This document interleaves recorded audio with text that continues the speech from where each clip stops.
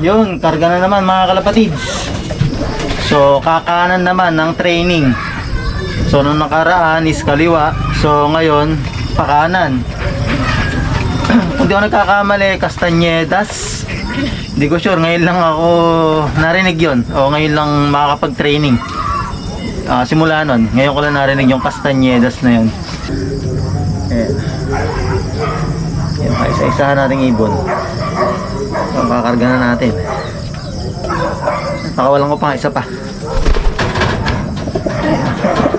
Ganado siya sa ano kapares niyang bago Ayun. Ay. Let's go para sa loading station mga kalapatids. JPRC.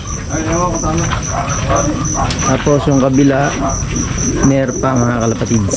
Registration ng mga activity. Loading.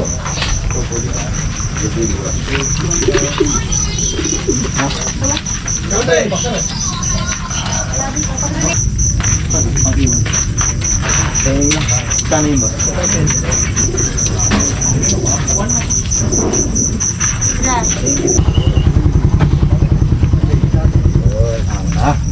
Yung laba. Kano ba yan?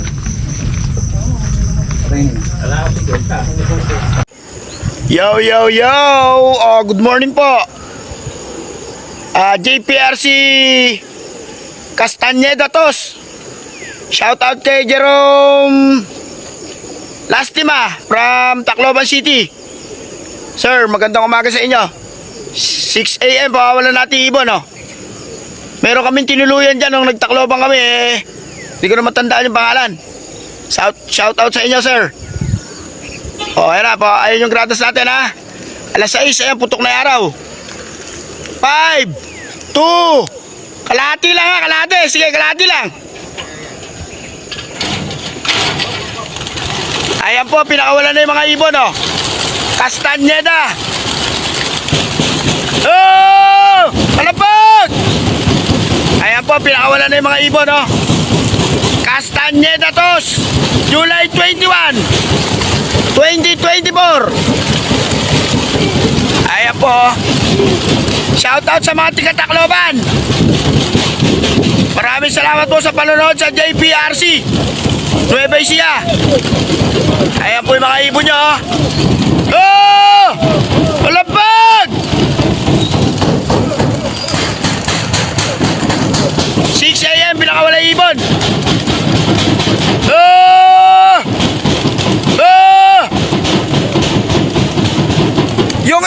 Yung isa yun, sarado! Yung isa, Ronnie, oy! Yung isa, yan tanay da!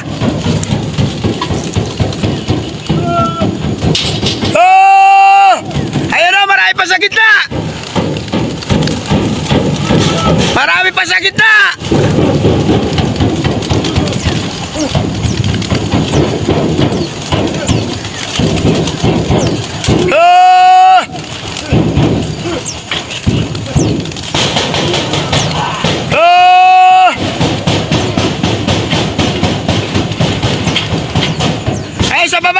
Sa baba!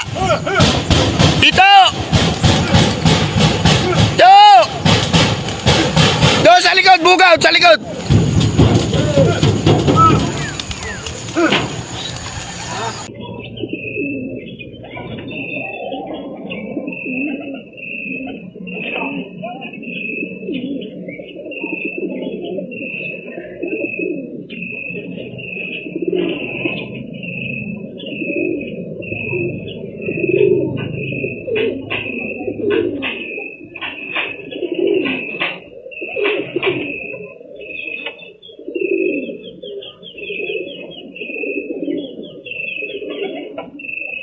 So ayan, meron din tayo mga kalapatids malunggay. So pumitas na ako. Meron tayong luya, bawang. So blender natin yan mga kalapatids. Syempre may mix na tubig yan. Tsaka natin lalagyan ng pure honey. So ayun, hinugasan ko na muna mga kalapatids para kahit papaano matanggal yung mga alikabok kung meron man. So chinap na rin natin yung luya, yung kaya lang blenderin ng ano, mga blade ng ating blender. Tapos bawang, malunggay, oregano. So meron rin tayong tubig para pag binlender natin maganda ikot. So blender na natin.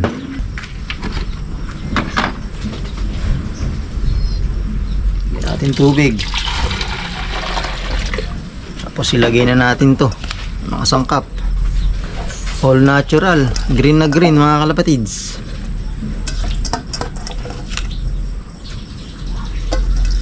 Pwede ito 3 times a week. Saka natin ngayon i-blender mga kalapatids. Pa natin.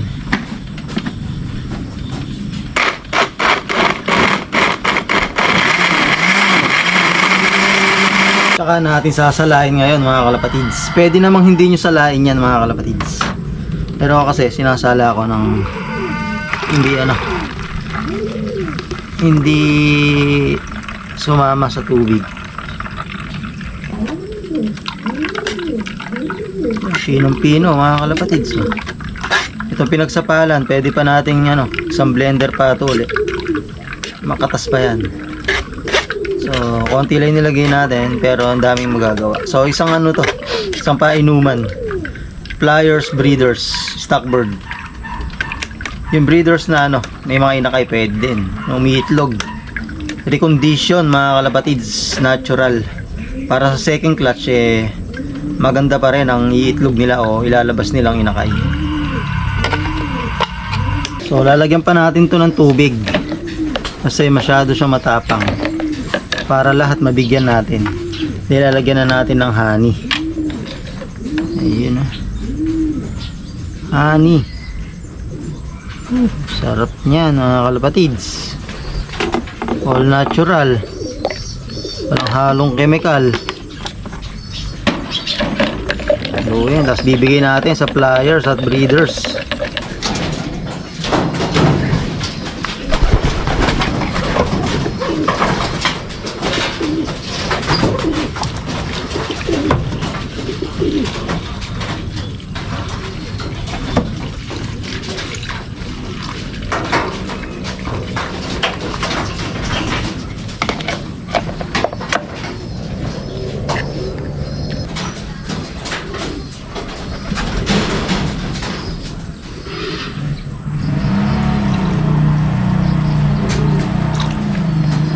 So yun pa sila sa taas mga kalapatids. So nagpalipad tayo kanina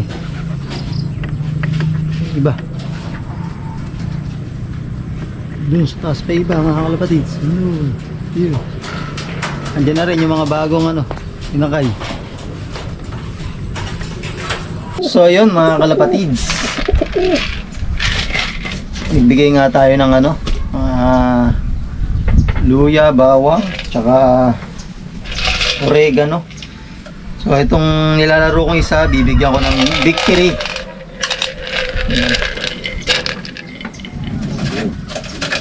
So sa ngayon, yan muna yung binibigay natin sa kanya. Okay na, maganda kondisyon mga kalapatids. Sa hipo, hindi ganun kataba, malaki siya pero hindi ganun ka mabigat, hindi ganun kataba. Ang ganda ng ng mata. Makintab na makintab. Napakasakit sa mata, napakasakit tingnan pag may one eye cold yung ating mga ibon. Parang pati ikaw i-stress. Pero pagka ganyan na makakintab, sarap tingnan. Saka puting-puti yung ilong, parang chok. Makintab yung balahibo. So kastanyeda nga yung training niya. Kaya kaliwat kanan anong nangyayari. So ayun mga kalapatids, hanggang dito na lang muna. Maraming salamat uli sa inyong pagsuporta at pag-abang sa ating mga video. So happy flying mga kalapatids.